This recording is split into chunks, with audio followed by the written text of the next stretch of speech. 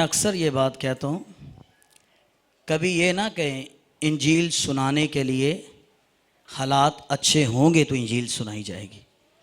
अगर ये सोचेंगे फिर सारी ज़िंदगी नहीं इंजील सुना सकते। इंजील जब भी सुनाई गई है बुरे हालात के अंदर सुनाई गई है, और बुरे हालात के अंदर जो खुशी की खबर देने वाली किताब है वो बाइबल मुकद्दस खुदा का कलाम है।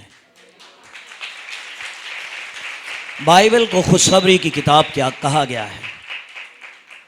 अगर इसे एक और नाम भी दूँ ना तो वो बहुत अच्छा होगा कि खुदा का मोहब्बत भरा ख़त या खुदा का लव लेटर जो है वो बाइबल मुकद्दस खुदा का कलाम है।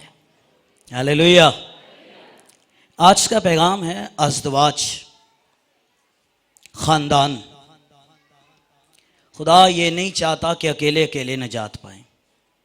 बाइबल में खुदा ने जब भी फरमाया है तू ईमान ला, तू और तेरा घराना क्या पाएंगे? नजात पाएंगे।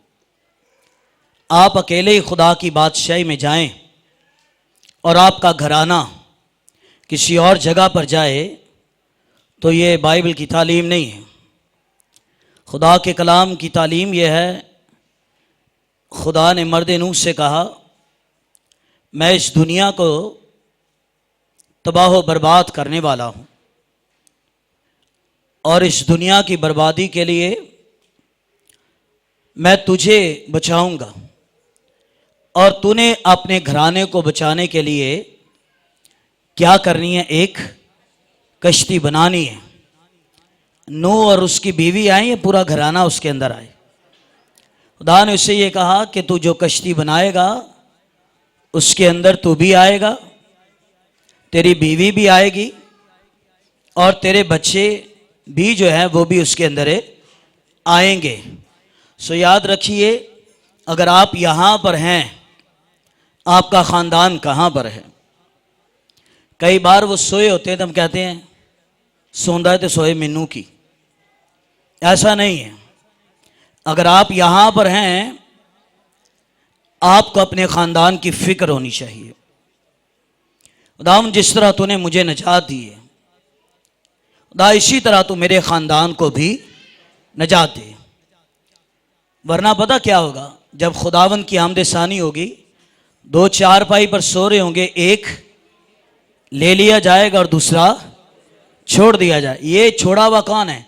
ये वो छोड़ा हुआ है जिसको आपने इंजील नहीं सुनाई थी, या जिसको आपने कहा नहीं है कि आप खुदावंद के घर आइए।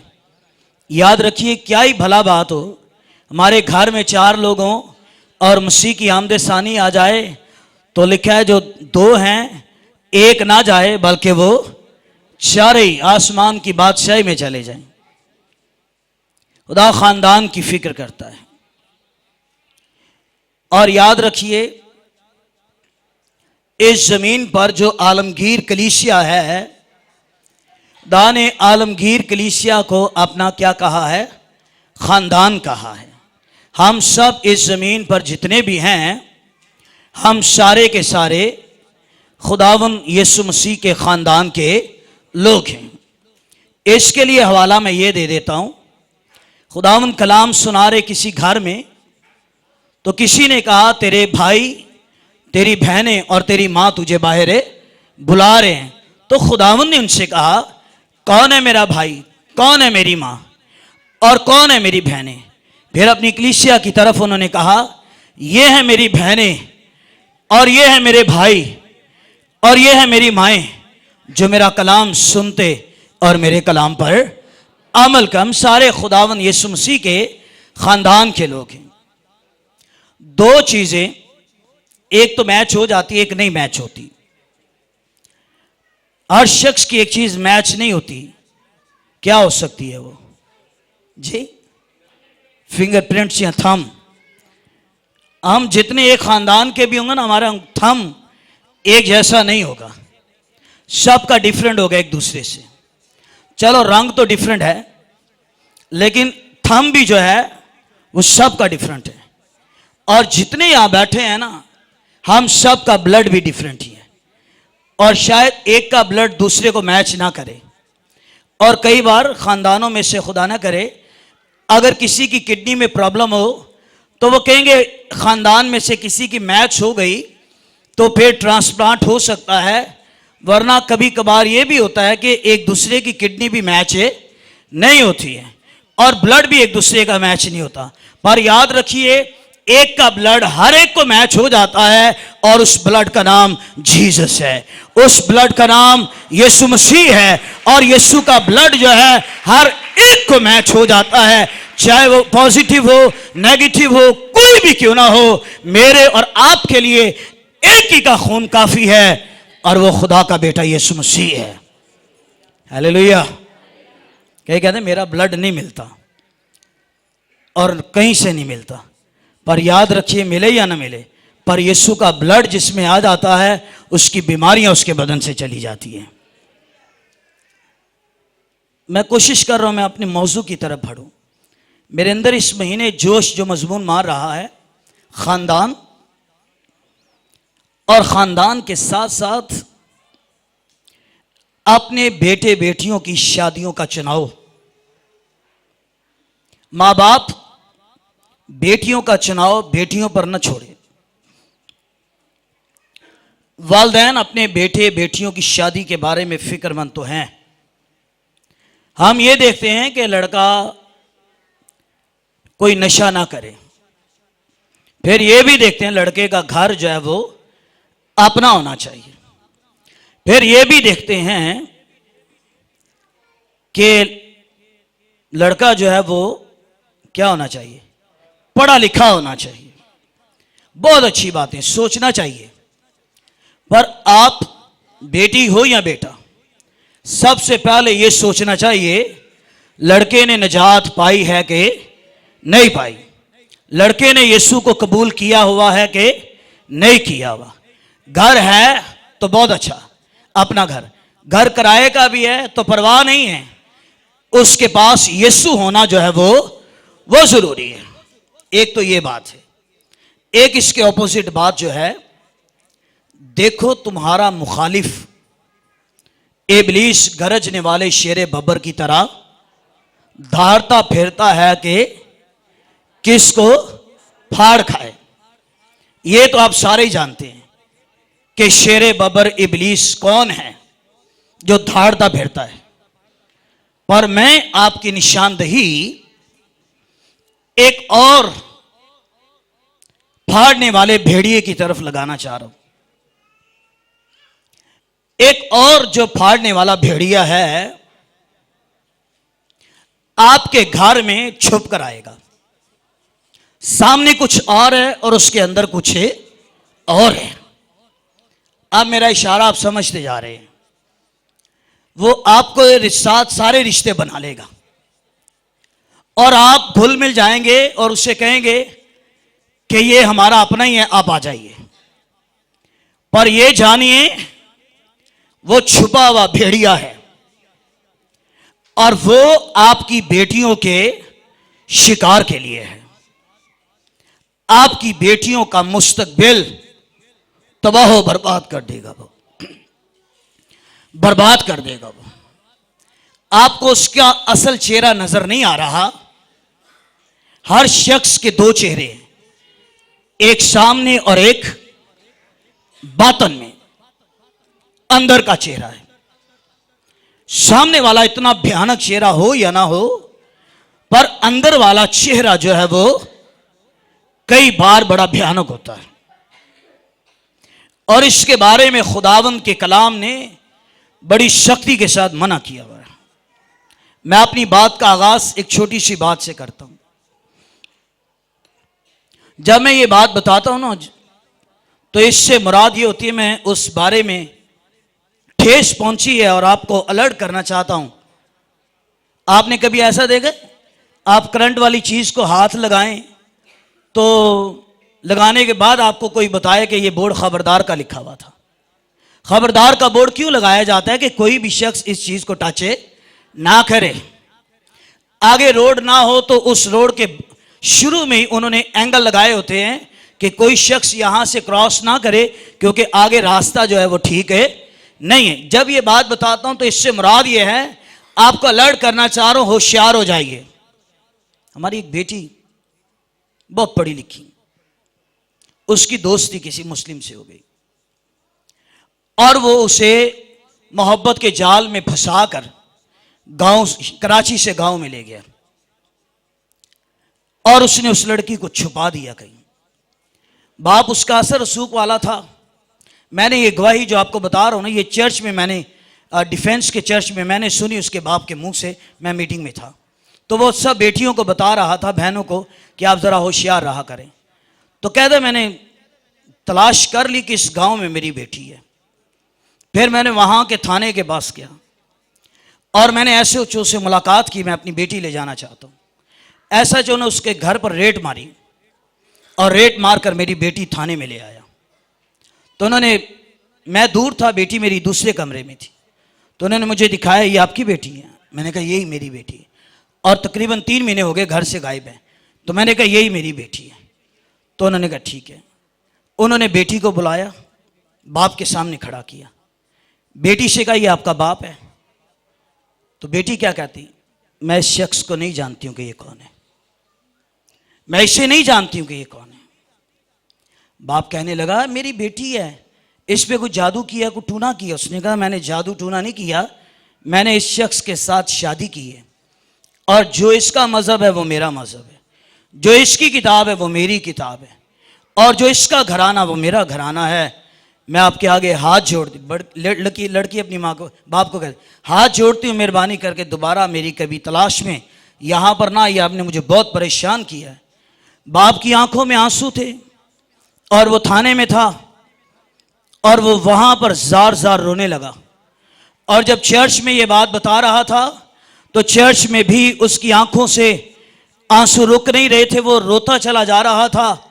और उसने चर्च में खड़े होकर कहा, काश अगर मैं अपनी बच्ची को खुदावंद के कलाम के बारे में बताता, अगर मैं अपनी बेटी को खुदावंद यीशु मसीह के बारे में बताता जैसे मैंने दुनियावी लाई है, और काश मैं अपनी बेटी को बाइबल के बारे में बताता, यीशु के बारे में बताता, तो शायद मेरी बेटी सारी जिंदगी कोई और किताब या कोई और मजहब इख्तियार नहीं कर सकती थी।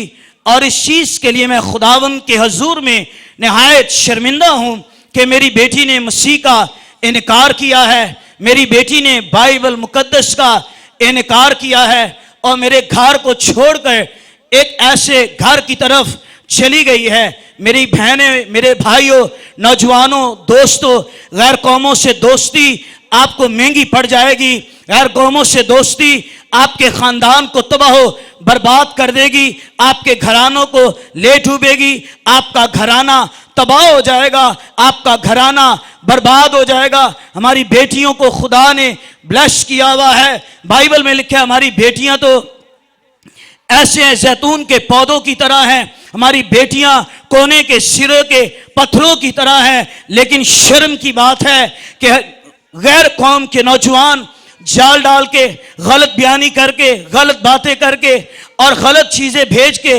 आपके खानदान को तबाह कर देंगे, आपके खानदान को बर्बाद कर देंगे। कभी भी बाइबल कहती है अपनी बेटियां कभी भी उनको ना दो, अलर्ट हो जाओ, सख्ती इख्तियार करो। अब मुझे बताइए, तारीकी और नूर का कोई मिलाप हो सकता है? आपने पानी के गिलास में 2 चम्मच नमक डाला और उसे हल किया, फिर उस पानी में से नमक को अलग कर दोगे? आपने पानी के गिलास में चीनी डाल के हल की है, फिर चीनी को अलग कर दोगे?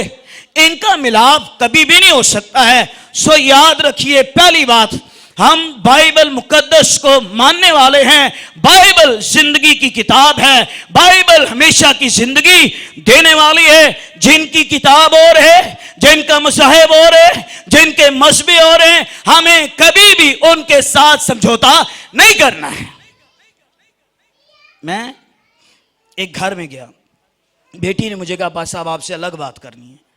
मैंने अलग उसकी बात सुनी, कहने लगी मैं मुस्लिम कोई फ्रेंड है, मैं उससे शादी करना चाहती हूँ। मैंने कहा मेरी बहन, मेरी बेटी, खुदा के कलाम में ये मना किया गया है। कहने लगी नहीं, मैं एक रूह चाहूंगी, मैं एक रूह चाहूंगी। मैंने कहा तू रूह बचाएगी नहीं, बल्कि तू अपनी रूह जो है वो बर्बाद करेगी। कहने लगी नहीं मैं करूंगी। बातें करते करते मैंने पूरी बात सुनी, मुझे गुस्सा आया इस बात पर। मैंने कहा तू उससे ना ही करे तो अच्छा है। कहने लगी नहीं करूंगी, चाहे मेरे घर वाले ना भी माने ना, मैं फिर भी करूंगी। मैंने कहा अच्छा। बात करते करते मैं जज्बात में आ गया। मैंने कहा अक्सर लोग गुस्से में मुंह पे हाथ फेर देना, ऐ हुण मैं करके वहावांगा। मैंने कहा मैं तो हाथ नहीं फेरने वाला, क्योंकि मुझे हाथ फेरने के लिए नहीं बुलाया गया, बल्कि हाथ बढ़ा के बरकत देने के लिए बुलाया गया है। मैंने कहा मेरा ईमान इस किताब पर है, चलो हम भी आपके लिए दुआ करते हैं, और आप जो जहां तक जोर लगा सकती हो लगा लो। मैं चर्च में आया, एल्डर साहब बाकी सारे दुआ कर रहे थे। मैंने कहा एक बच्ची के लिए हम दुआ करेंगे, वो वहां जा रही है। हमने 3 महीने चर्च में दुआ की और उसके लिए हर जुमे रोजा रखता रहा। फिर 3 महीने के बाद उसने मुझे बुलाया घर, तो मैं गया उसके पास। कहने लगी भाई साहब एक बात करना चाह रही हूं। मैं क्या कहिए। पता नहीं ये 15 दिन हो गए मेरे अंदर उस नौजवान के बारे में ना नफरत सी पैदा हो गई है, और मेरे अंदर बार बार आ रहा है उससे किनारा कशी कर ले। तो मैंने कहा बहन बेटी उससे किनारा कशी कर, तेरे लिए अच्छा होगा। कहने लगी आप मेरे लिए दुआ करें। मैंने उसके लिए दुआ की, और फिर ठीक 1 महीने के बाद उसके ख़ानदान ने मुझे बुलाया, इसके लिए हमें रिश्ता मिल गया है और हम इसकी शादी किसी क्रिश्चियन के साथ करवाने लगे हैं। और फिर उसका निकाह मैंने चर्च के अंदर पढ़ाया। पहले पता क्या होता है, आप सुन के मेरी बातों को शायद ना समझे, ये निशान हर जगह मेरे साथ होता है। मैं ना भी मना बताऊं मैं क्या हूं तो लोग समझ आते हैं। शायद वो सरदार भाई नहीं आए, सरदार भट्टी हैं, 24 नंबर गली में रहते हैं। मैं उनके घर पे विजिट के लिए गया, बाहर निकला तो एक ने मेरी ये क्रॉस देखी। कहने लगा भाई जी आप पादरी हैं? मैंने कहा जी हाँ। सर एक बात तो मुझे बताएं। मैंने कहा बोलो। मैं किसी क्रिश्चियन लड़की से शादी करना चाहता हूँ, तो वो कहती है को पादरी ले आओ, तो आप मेरे साथ चलोगे उससे शादी करवाने के लिए? मैं उसकी शक्ल देख रहा हूँ, अजीब सा उसकी हालत है, चेहरा उसका अजीब सा बना हुआ है। और मैंने कहा तुमने गलत बंदा समझ लिया, चलो भागो। हम अपनी बेटियां ना देते हैं और ना आपकी बेटियां हम खुद लेते, हम नहीं लेते। चलो ये तो गली की बात थी, इतनी दिलेरी आ गई गली में। फिर एक नौजवान चर्च के अंदर आ गया, उसका चेहरा मुझे लगे अपने लोगों की तरह। मैंने कहा बोलो। कहने का जी मैं पूछना चाहता हूँ कलाम में कोई राह है कि हम आपकी किसी बेटी से ब्याह कर सके? मैंने कहा आपके लिए एक ही राह है जो दोज़ख की तरफ जा रही है, आपके लिए वही राह है और कोई भी राह आपके लिए नहीं है। तो मैं आपको ये बताना चाह रहा हूँ कि मेहरबानी करके जो खुदा के कलाम के अंदर लिखा हुआ है, आप उस खुदा के कलाम के पीछे चलिए। और अगर आप उस खुदा के कलाम के पीछे ना चलेंगे, आपके दुश्मन भेड़िए आपके घरों में घुस के आपके घर को तबाह बर्बाद कर देंगे, आपके घर को हलाक कर देंगे। आप ऑफिस में जॉब करती हैं, आप पार्लर में जॉब करती हैं, आप नर्स की जॉब करती हैं, तो आप क्या समझते हैं? या ऊपर मेरे भाई जो ऑफिस में जॉब करते, आप क्या समझते हैं? आपकी काबिलियत की वजह से आपको ऑफिस में जॉब मिली है, या आपकी काबिलियत की वजह से आपको पार्लर में जॉब मिली है, या आपकी काबिलियत की वजह से आपको नर्सिंग की जॉब मिली है? ऐसी नहीं है। आपकी काबिलियत की वजह से आपको नर्सिंग में जॉब नहीं मिली, ना पार्लर में आपको जॉब मिली, ना ऑफिस में आपको जॉब मिली। अगर आपको जॉब मिली तो खुदावन ने आपको दी है कि आप ऑफिस में जाके बताएं कि यीशु मसीह सब कुछ कर सकता है। आपको अगर जॉब हॉस्पिटल में मिली है, आप वहां खड़े होकर बताइए हमारा जो खुदावन है वो यीशु मसीह है, हमारी किताब जो है वो बाइबल मुकद्दस है। आप जहां पर भी हैं, आप ऑफिस में हैं, आप नर्सिंग में हैं, आप पार्लर में हैं, तो आप वहां पर बताइए कि यीशु मसीह ने हमारे लिए फिदिया दिया है, हमारे लिए यीशु मसीह ने जान दी है। अफसोस हम अपना नाम भी छुपा लेते हैं। नाम क्रिश्चियन होता है और मुस्लिम पार्लर में जाके अपना नाम क्या रख लेते हैं? मुसलमानों वाला नाम रख लेंगे, मुसलमान वाला नाम रख लेंगे।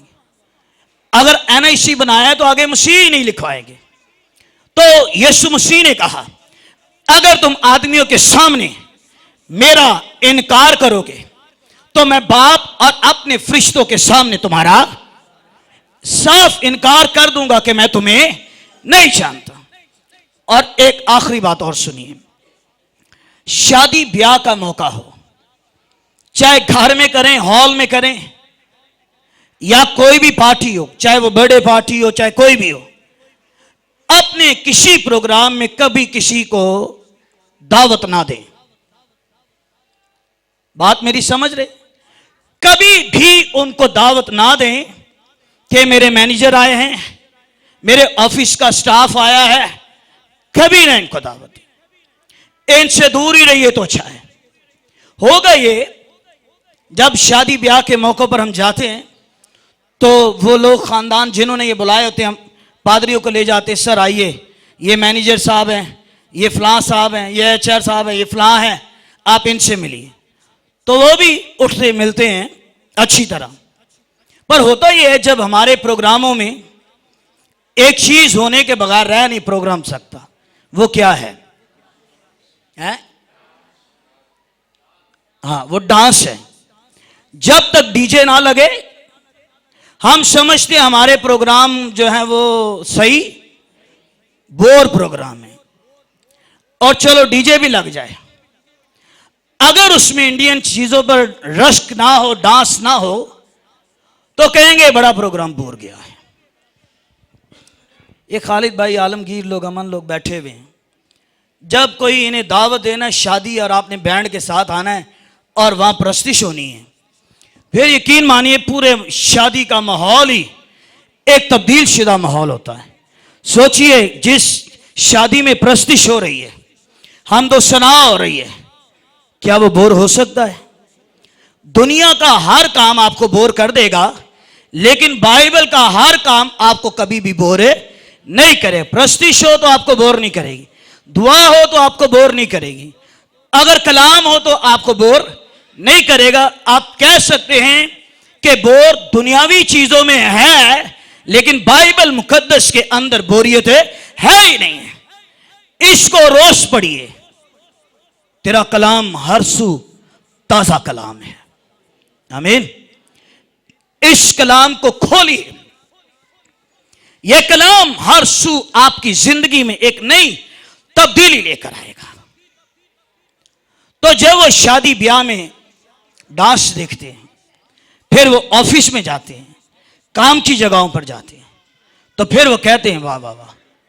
कल हम, वो तो कहते ही नहीं ना क्रिश्चियन या मसीह कहते ही नहीं, कल हम उनके प्रोग्राम पर गए, समझ गए आप, तो क्या उसकी भाभी नाची है, क्या उसकी बहन नाची है। फिर मसीहत के नाम की धज्जियां उठती हैं, फिर मसीहत का नाम बदनाम होता है। आपको खुदावंद ने इसलिए अपनी पहचान दी है कि आप उसके नाम की धज्जियां ना उड़ाएं, बल्कि आप खुदावंद यीशु मसीह के नाम को हर जगह फैलाएं। आमीन। गीत गाते हैं, इंजील को फैलाना ये काम हमारा है। आपको इसलिए बुलाया गया है, फैलाइए इंजील के पैगाम को। आखिरी बात यह है, कभी भी अपने घर के माहौल में ना नमक डालिए, ना कोई और कड़वी चीज डालिए। बाइबल ने हमें कड़वा पानी नहीं कहा। बाइबल ने दूसरों को जो मसीह पर ईमान ना लाए, बाइबल ने उन्हें कड़वा पानी कहा है। तो जो मसीह पर ईमान रखते हैं, बाइबल ने उन्हें यह कहा है कि अच्छा पानी वो है, मीठा पानी वो है।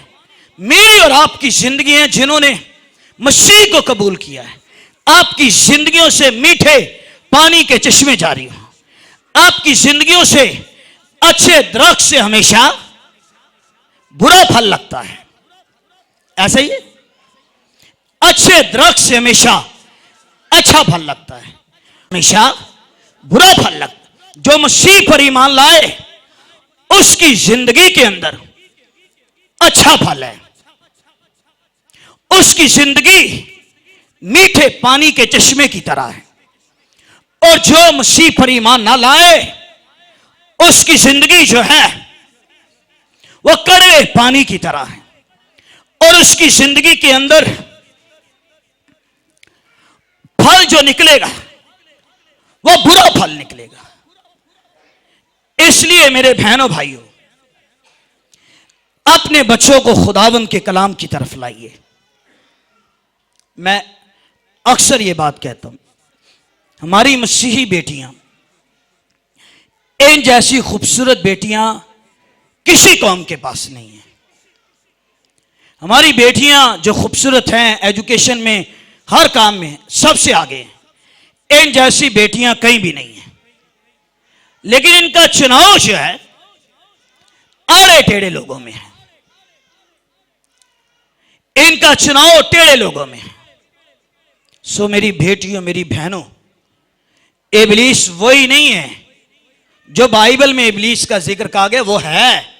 ये जो है ये भी इब्लीस ही है, ये भी आपके घरों को तबाह करने के लिए तैयार है। होशियार रहो, बेदार रहो, अपने दुश्मन को पहचानो, अपने दुश्मन पर नजर रखो। किसका फोन आता है, कौन घर के पास आता है, रिश्ता होता कोई नहीं, रिश्ते बनाने में 5 मिनट लगाते हैं। ये मेरा अंकल है, ये मेरे फलां का फलां है। आप कुछ भी कहिए, वो इब्लीस है, आपको गुमराह करेगा। चलिए मैं आपको बाइबल में से ये वाकया सुनाता हूं। सलातीन की किताब निकालिए, पहला सलातीन, उसका 11वां बाब,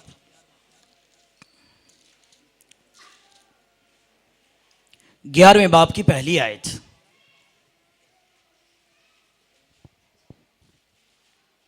पहला सलातीन उसका 11वां बाब, पहली आयत। और सुलेमान बादशाह फिरौन की बेटी के अलावा बहुत सी अजनबी औरतों से, मुआबी, अमूनी, अदूनी, सियानी और हत्ती औरतों से क्या करने लगा है, मोहब्बत करने लगा। ये उन कौमों की थी जिनकी बाबत खुदावंद ने बनी इस्राएल से कहा था कि तुम उनके बीच ना जाना, ना वो तुम्हारे बीच आए। जो बातें मैंने आगे कह दी ना, मेरी सारी बातों की तस्दीक जो है इन आयात में हो गई है। खुदावंद ने बनी इस्राएल से कह दिया था कि ना आप उनके बीच में जाओ और ना वो आपके बीच में आए। बाइबल हमें नूर के फर्जंद कहती है, और बाइबल जो मसीह पर ईमान ना लाए, बाइबल उन्हें तारीकी के फर्जंद कहती है। इब्राहिम की 2 औलाद थी, आसमान के सितारे और जमीन की रेत के जर्रे। सितारे इसहाक की औलाद हैं और जमीन की रेत के जर्रे हाजरा का बेटा उस्माइल, जिनसे ये बाकी लोगों की नस्लें पैदा हुई। ये रेत के जर्रे इनको कहा गया है। खुदा ने मना किया इनके बीच में ना जाना। इनके त्योहारों से, फिर सुन लीजिए, इनके त्योहारों से, इनकी ईदों से तुम्हारा कोई भी वास्ता नहीं है। इनकी ईदों में समझ लीजिए कुर्बानी, और लोग गोश्त खाते भी हैं। भाइयों ने दिता तो मैं उन्हें फिर मना ना किया, पर हम इसलिए इनके बीच में नहीं जा सकते। हमारी कोई कुर्बानी नहीं, कोई बैल नहीं, कोई बकरे नहीं, कोई बछड़े नहीं, कोई जानवर नहीं, कोई कुछ नहीं। हमारी एक ही कुर्बानी है, और वो कुर्बानी सारी कुर्बानियों के ऊपर भारी कुर्बानी है, और वो कुर्बानी खुदा के बेटे यीशु मसीह की कुर्बानी है, जिसके बारे में यूहन्ना ने कहा, देखो ये खुदा का बर्रा है जो सारी दुनिया के गुनाह उठाए ले जा रहा है। हमें जानवरों की कुर्बानी के पीछे भागने की जरूरत नहीं, हमें बैलों बकरों के पीछे भागने की जरूरत नहीं। हमारे लिए सारी कुर्बानियों में अफजल कुर्बानी जो है, हमारे लिए सारी कुर्बानियों में कीमती कुर्बानी जो है, हमारे लिए सारी कुर्बानियों में लाजवाब कुर्बानी जो है, असीम कुर्बानी जो है और कीमती कुर्बानी जो है, वो कुर्बानी खुदा के बेटे यीशु मसीह की कुर्बानी है। बाकी 4 टांगों वाले जानवर, बाकी 4 टांगों वाले बर्रे, लेकिन हमारे लिए सिर्फ 2 टांगों वाला ही बर्रा काफी है। और 2 टांगों वाला बर्रा खुदा का बेटा यीशु मसीह है। उनके किसी त्योहारों में ना जाना,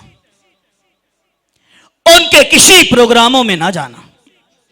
वो और तुम और। सुलेमान बादशाह जो दाऊद का बेटा था, इसने 3 किताबें लिखी। सुलेमान ने 3 किताबें लिखी। वॉइस की किताब, एक अजीम किताब इसने लिखी। इमसाल की किताब, यह भी इसने एक अजीम किताब लिखी। और इमसाल की किताब को तो नौजवान बेटे और बेटियों के नाम मंसूख किया जाता है कि नौजवान बेटे बेटियां इमसाल की किताब पढ़े। फिर इसने एक और किताब लिखी जो अक्सर इस्राएल की शादी ब्याह के मौका पर पढ़ी जाने वाली किताब है। जिनको इस किताब की समझ नहीं आती ना, गज़लुल गज़लात की, जिनको समझ ना आए, वो कहते हैं कि क्या किताब इसने लिखी हुई है, मोहब्बत के बारे में, जुल्फों के बारे में, बाकी चीजों के क्या लिखा है। लेकिन दरअसल वो किताब जो है वो सुलेमान ने शलमियत के बारे में नहीं लिखी। वो उसने जो लिखी है वो जिससे प्यार करता है उसके बारे में लिखी है। पर इसे रूहानी मायनों में गज़ल गज़लात की किताब को यीशु मसीह के साथ और फिर जो उसकी शलमियत है कलीसिया के साथ, ये किताब शादी ब्याह के मौका पर पढ़ी। तूने मुझसे दौलत नहीं मांगी, दुश्मनों की मौत नहीं मांगी, तूने हिकमत मांगी, तो चल हिकमत तो मैं तुझे दूंगा, दौलत भी तुझे दूंगा, हर चीज दुनिया की तुझे दूंगा। तेरे जैसा ना तो तुझसे पहले कोई बादशाह पैदा हुआ था और ना ही तेरे बाद कोई बादशाह पैदा होगा। ऐसा जबरदस्त बादशाह सुलेमान। सभा की मलका दूर दराज है, तो उसने सुना कि सुलेमान में हिकमत खुदा ने बड़ी भरी है, तो दूर दराज से तोहफे, तहाइफ, मसाला, सारी चीजें लेके सुलेमान के पास आई। कहने लगी चलो मैंने सुना है सुलेमान के बारे में, तो उसके महल में जाकर मैं देखूंगी। और वो गई और उसने सुलेमान की वो सीढ़ी देखी जो महल की तरफ थी, और उसने वो सीढ़ी देखी जो हैकल की तरफ थी। फिर उसने उसके नौकरों की हाजिरबाशी देखी, सुलेमान की पोशाक उसने देखी, और उसने सुलेमान का इंसाफ उसने देखा। 2 औरतें थीं, दोनों के बेटे पैदा हुए। एक औरत अपने बच्चे पर रात को सो गई, मर गया वो। उसने वो मरा हुआ बच्चा दूसरी औरत के बेड पे डाला और उसका जिंदा बच्चा उठा के खुद ले आई। जब सुबह शोर मचा तो उसने कहा जी ये जिंदा मेरा है, मरा तेरा है, ये उसका है। बात सुलेमान तक चली गई। सुलेमान ने, पहला इंसाफ है, सुलेमान ने कहा दोनों को बुलाओ। कहने लगा जी ये मरा हुआ किसका है? तो जिसका मरा हुआ था ना वो कहती ये मरा हुआ इसका है, तो जिंदा बच्चा जो है वो मेरा है। सुलेमान ने कहा एक मुझे तलवार ला के दी। जो जिंदा बच्चा था ना, सुलेमान ने कहा इसके 2 टुकड़े करता हूं, आधा तुम ले जाओ, आधा तुम ले जाओ। तो जो मां थी ना वो तो चिल्ला उठी, कहने लगी सुलेमान तलवार ना चला, ठहर जा, ये जिंदा बच्चा इसी को दे दे और ये मरा हुआ बच्चा जो है ये मुझे दे दे। चलो ये जिंदा रहेगा, चाहे इसी के पास रहे, मैं अपनी आंखों से तो इस बच्चे को देख सकूंगी। सुलेमान ने कह दिया कि ये जिंदा बच्चा इसी औरत का है और ये मरा हुआ बच्चा जो है वो इस औरत का है, क्योंकि मैंने देख लिया मां की ममता अपने बच्चे को जिंदा रखने में कितनी बेचैन है। और ये वाकई सच निकला, जिसका मरा हुआ था उसको मरा हुआ मिला, जिसका जिंदा था उसको जिंदा मिला। और सारे इस्राएल में शोर मच गया कि ऐसा बादशाह सुलेमान जैसा जिसके अंदर हिकमत हो, धनाई हो। खुदा ने सुलेमान को हिकमत से भरा है, खुदा ने सुलेमान को धनाई से भरा है। ऐसा बादशाह कोई और है ही नहीं है। सभा की मलका खड़ी हो गई है और कहने लगी है, सुलेमान, मैंने अपने मुल्क में तेरे बारे में शोहरत सुनी थी कि खुदा ने सुलेमान को हिकमत दी हुई है, खुदा ने सुलेमान को इंसाफ बख्शने वाला दिल बख्शा हुआ है। सुलेमान, तेरा बाप दाऊद जो है वो मुबारक हो। यह सभा की मलका ने कहा, मैंने सुनी तेरी हिकमत। और फिर उसने यह भी कहा कि मैंने तेरे बारे में जितना भी सुना था ना, वो क्या था? वो बहुत कम था जो मैंने तेरे बारे में सुना।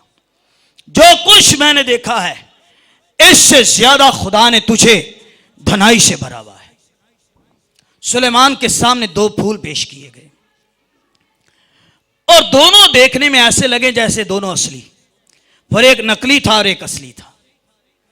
तो उन्होंने कहा, जी बादशाह, आप दोनों फूलों में बताइए असली कौन सा नकली कौन सा।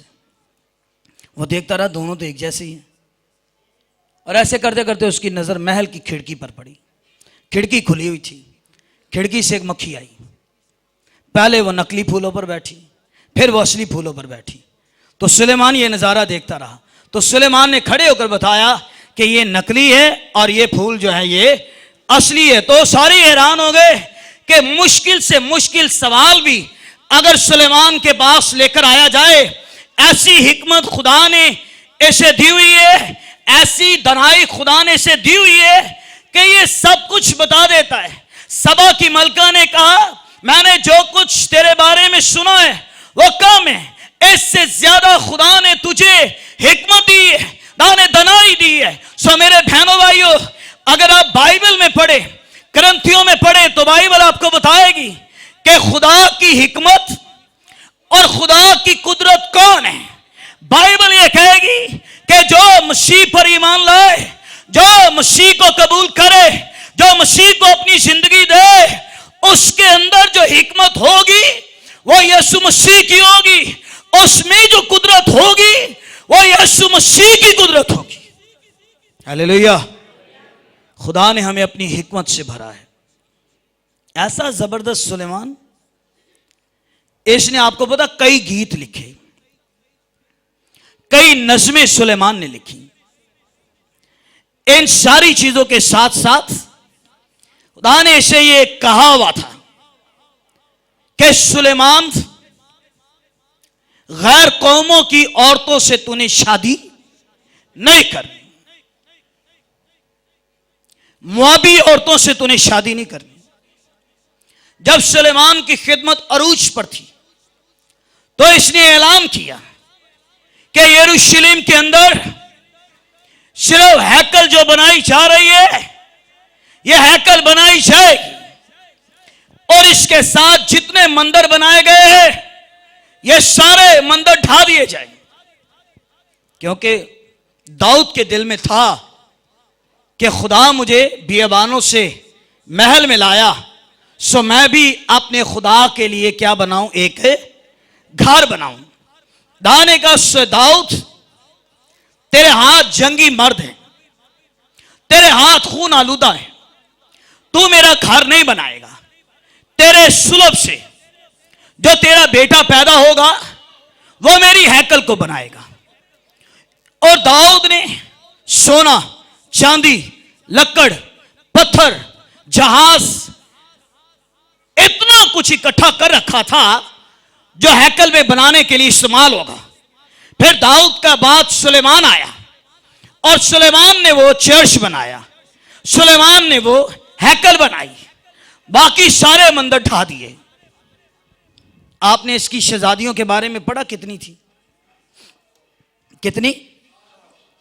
लिखा है 700 इसकी शहजादियां और इसकी बीवियां और 300 इसकी हुर में, तो कुल मिला के कितनी हो गई? 1000। उसके बावजूद भी इसने अमूनी औरतों से दोस्ती की, इसने मुआबी औरतों से दोस्ती की।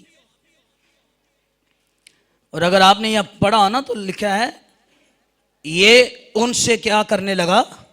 मोहब्बत करने लगा। ओ भाई, उनका खुदा कोई और है, तेरा खुदा कोई और है। उनकी किताब कोई और है और तेरी किताब कोई, उनका नबी कोई और है और तेरा खुदावंद कोई और ही है। लोग पता नहीं इस किताब के बारे में क्या अपनी राय देंगे, लेकिन मेरी तो इस किताब के बारे में, यह मेरा पर्सनल जो इस किताब के बारे में एक्सपीरियंस है, वो तो दिलेरी के साथ ही कहूंगा मैं कि अगर कोई मुझसे पूछे तो मैं तो यही कहूंगा कि जिंदगी की किताब जो है वो बाइबल मुकद्दस है, जो पढ़ने से जिंदगी मिलती है, जो सुनने से जिंदगी मिलती है। कभी गैर कौमों के बीच में खड़े हो जाए ना तो समझिए आज मेरे पास मौका है कि मैं यीशु के बारे में बताऊं। पता नहीं बात दुरुस्त है कि नहीं। पहले जब भी इलेक्शन होते, कैंपेनें चलती, तो हमारे लोग उन्हीं लोगों के साथ मिल के कैंपेनें करते, मुझे बुला लेते, आओ जी भाई जी दुआ करो। मैं इलेक्शंस में खड़ा होकर कलाम सुनाता। इसी इलाके में एक जमात जीत गई 3 नंबर गली में, शुक्रगुजारी की बात कर, मुझे कहा जी आओ जी। मैंने एक और साथी कहा आओ जी जरा आज यीशु की गवाही दें चलिए, वहाँ बड़े 90 के लोग आए हुए हैं। कह ला ना ना ना मैं नहीं जानता, तुसी ही जाओ। मैं चला गया। बाकी सारे असले के साथ वहाँ लोग आए हुए, स्टेज पे बैठे हुए। मुझे उन्होंने घर में बिठाया, आगे 15-20 लोग थे। कहा जी आप आए, आप शुरू करें इबादत। जब मैं वहाँ बैठा, बाकी सारे ही असले से लेस थे, तो वो जो मेरे साथ बैठा भाई जी असला वेख्या जे, और मैं इन्हां दा असला छड्ड मेरे को जड़ा असला होवे, हालेलुया। और मैं इन्हां दा असला इन्हां को छड्ड मेरे को जड़ा असला होवे। कहने लगा अच्छा। मुझे खड़ा किया कलाम के लिए और मुझे रूहुल कुद्स ने इस बाइबल की सदाकत के बारे में बताया कि यहां बताया जाए। तो वो पीछे बैठे बातें कर रहे, इतना बड़ा इंतजाम किया आपने इबादत का, तो लोग आए नहीं। तो उन्होंने कहा जी आपकी पहली एंट्री इस इलाके में, इसलिए लोग नहीं आए। तो जैसे ही उन्होंने मुझे कलाम के लिए खड़ा किया तो मैंने कलाम की कुदरत और उसकी सदाकत के बारे में बताया कि मीडिया ये कहे, जमाने ये कहें, लोग ये कहें कि ये बाइबल बदली हुई किताब है, लेकिन बाइबल ना बदली है ना कभी बदल सकेगी। ये किताब जिंदगी की किताब है। तो जितने लोग घरों में थे और जितने स्नोकर में थे वो सारी आवाज सुन के बाहर आ गए, और जितने लोग इधर उधर गलियों में थे वो भी सारे बाहर आ गए। वहां कोई 20 मिनट मैंने पैगाम सुनाया कि खुदा का कलाम जिंदा कलाम है, खुदा का कलाम कुदरत वाला कलाम है। और जब मैं पैगाम दे के बैठा तो एक ने मेरे कंधे पे हाथ रख के कहा, इस सारे मजमे को इकट्ठा अगर किसी ने किया है तो आपकी स्पीच ने किया है। मैंने कहा सर मैंने कोई स्पीच नहीं दी, मैंने जिंदगी का कलाम यहां खड़े होकर आपके इस पुलपट पर सुनाया है। तो कहने लगे मुझे समझ आ गई है, कहीं पर भी क्राउड इकट्ठा करना हो, आपको 5 मिनट दे दिए जाएं, इस किताब के बारे में बताओ, तो जो नहीं भी आने वाले वो भी आ जाएंगे। तो मैंने उसे बताया सर सुनिए मेरी बात, आप कुछ और कह के लोगों को इकट्ठा करते हो, हम उन्हें जिंदगी का कलाम सुना के इकट्ठा करते हैं, और हमारा ईमान यह है कि जिंदगी यीशु मसीह के कलाम में है, नजात यीशु मसीह के कलाम में है। मैंने कहा वोट मांगने वाले नहीं है, बल्कि जिंदगी का पैगाम देने वाले हैं। और मेरे बहनों भाइयों, अगर कभी किसी कौम के बीच में खड़े हो जाएं, डरिए ना, घबराए ना, उनके चेहरों को देख के मत डरिए, क्योंकि बाइबल में लिखा है कि बोलने वाले तुम नहीं हो। क्या बोलने वाले तुम नहीं हो, बल्कि रूहुल कुद्स है। हालेलुया।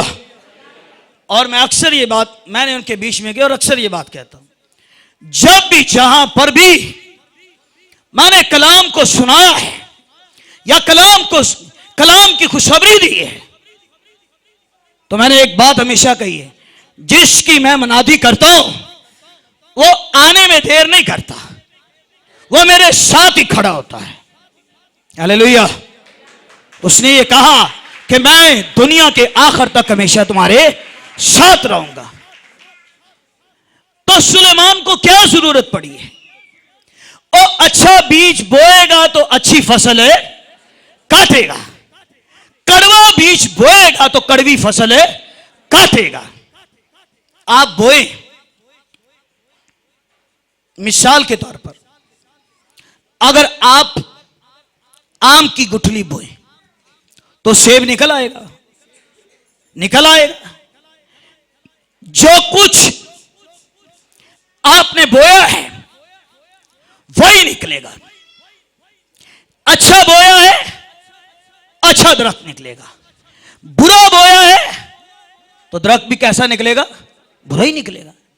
भाई तुझे खुदा ने हिकमत दी है, खुदा ने तुझे दनाई दी है और खुदा ने तुझे इस्राएल का बादशाह बनाया है। खुदा ने दौलत, शोहरत, सोना, चांदी, ये सब कुछ खुदा ने तुझे दिया है। तो मुझे बताइए, जो देना जानता है वो लेना नहीं जानता? जिसने दिया है, अगर आप उस लायक काम नहीं करेंगे तो वो एक तोड़े की तरह आपसे आके वो तोड़ा ले लेगा।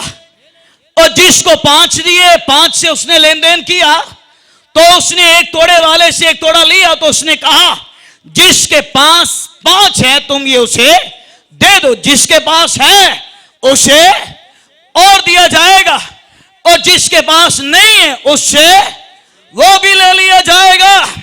आपको दिया गया है, आपको नजात दी गई है, आपको रूल कुछ दिया गया है, आपको यीशु का कलाम दिया गया है।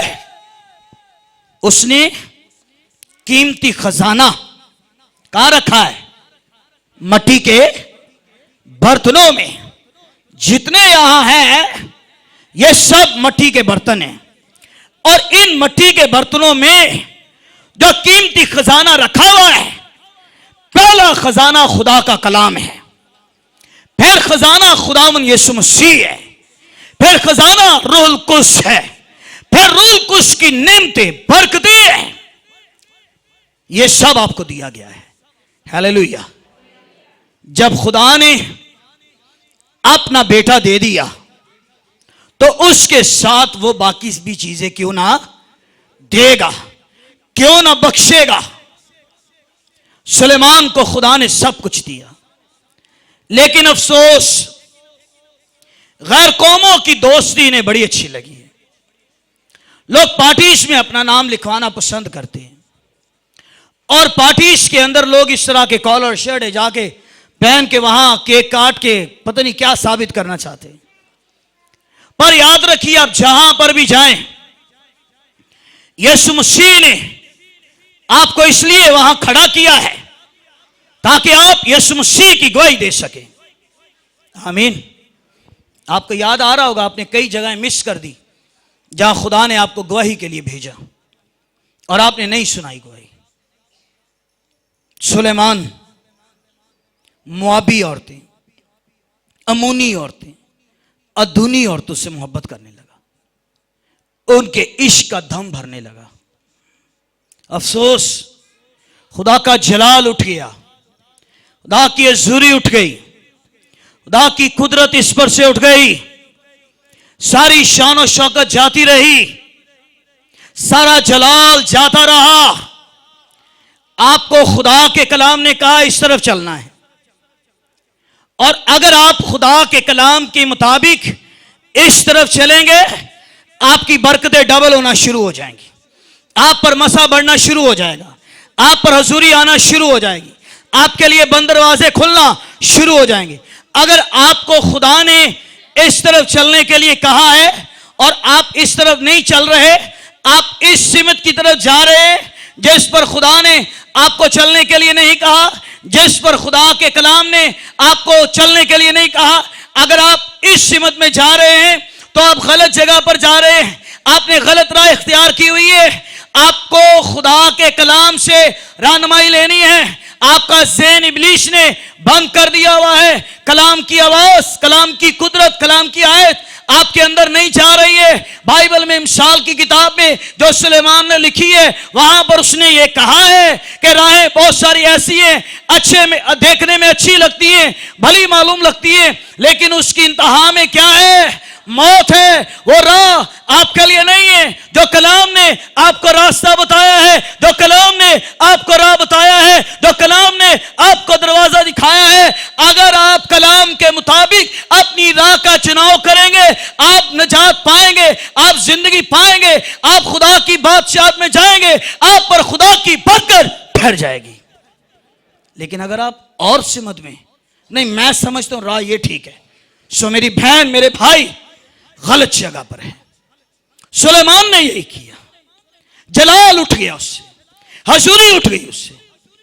एक कॉमन सी बात है, खुदा ने तुझे 1000 दी बीवियां, 300 बीवियां, 700 शहजादियां, हुर्मे खुदा ने तुझे, और क्या चाहिए था? एक और बात करूं यहां, जो गलती इसने की यही गलती इसके बाप ने भी की। ना तो नबी ने सुलेमान से कहा, दाऊद से कहा, दाऊद एक शख्स की 100 भेड़ें थी और एक की एक ही भेड़ थी, और उसने उस भेड़ को ऐसे पाला जैसे बेटी की तरह। और एक दिन 100 भेड़े वालों के घर में मेहमान आ गए, तो उसने जिसकी एक भेड़ थी उसे लिया, उसे ज़बह किया, पकाया, खाया, तो क्या ठीक किया? कहने लगा वाजिबुल कत्ल है।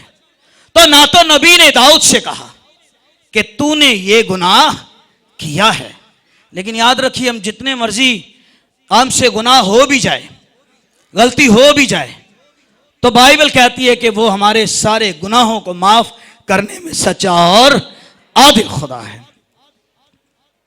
वो इब्लीस आपसे कहेगा कि तूने ये गुनाह किया है और तुझसे ये गुनाह हुआ है, तो अगर हो भी जाए तो यीशु की सलीब के पास आ जाइए, उसकी सलीब के पास आकर झुक जाइए और उससे कहिए, जो अपने गुनाहों को छुपाएगा वो कभी भी कामयाब है, पर जो उसका इकरार करे और उसको क्या करे? तरक करे, इकरार करे, तरक करे, उस पर खुदा की क्या है? रहमत उस पर होगी। सो मैं बता रहा हूं कि सुलेमान ने ऐसी औरतों को जो है वो उनसे मोहब्बत करने लगा है, उनके इश्क का धम भरने लगा है, तो क्या हुआ?